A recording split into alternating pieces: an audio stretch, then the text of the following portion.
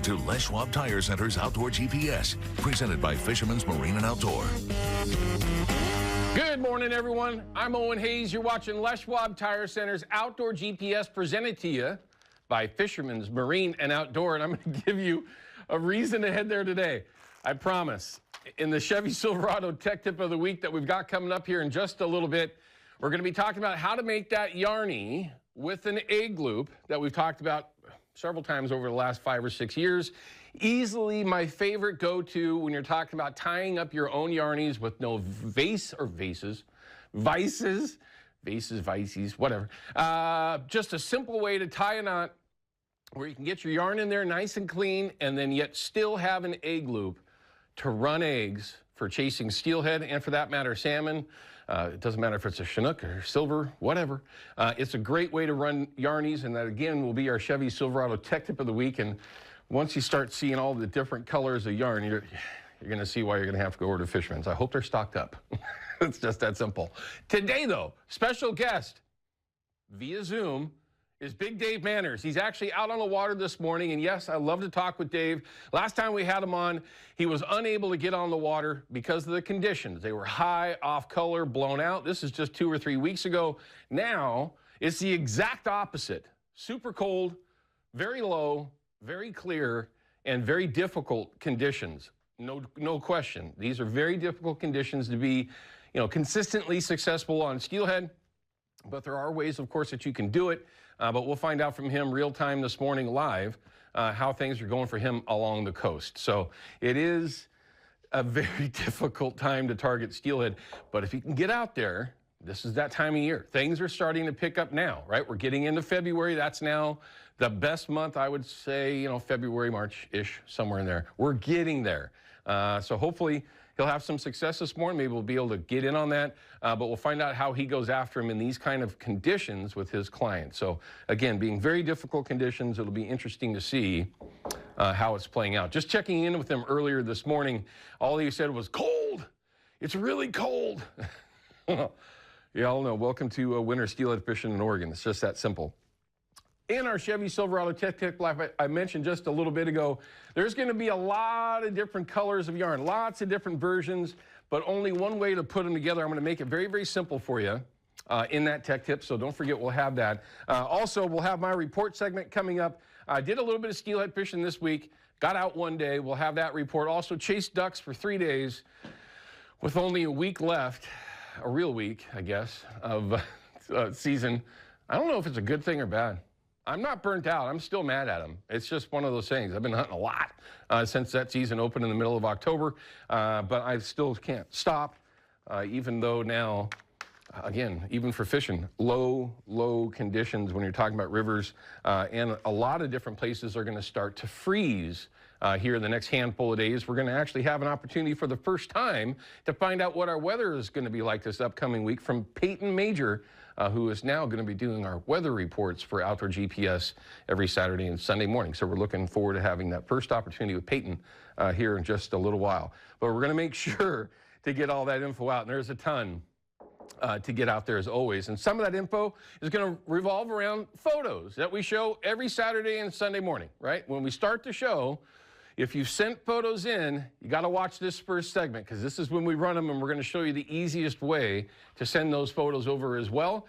So here we go. Let's start showing you some of the photos that everyone's been sending in, and you're going to continue to see lots and lots of steelhead photos showing up. What in the world have we got going on here? That is one incredible boat. That is an airboat. Geez, what could you do with that? But this is from the Upper Willamette. Okay. I don't think I've ever seen an airboat running around here. It looks like he's in Louisiana, but okay, we'll take it. Bass Squatch.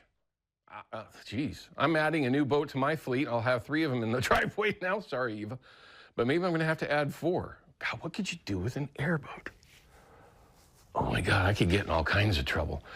Christmas decoration decoys. How cool is that? I'd love to live in a place where elk can just wander through my front yard. I'd make them pets, though. I'd be feeding them, keeping them fat, making sure they're good through the winter. That'd be so awesome. Look at that. This is one of my favorite photos. I just love photos like this. And you've seen lots of them from me because I just think they look cool. Nobody else in the photo, just the most impressive fish in the world. A hatchery winner, steelhead. Jim, thanks for sending it in. Yeah, look at that.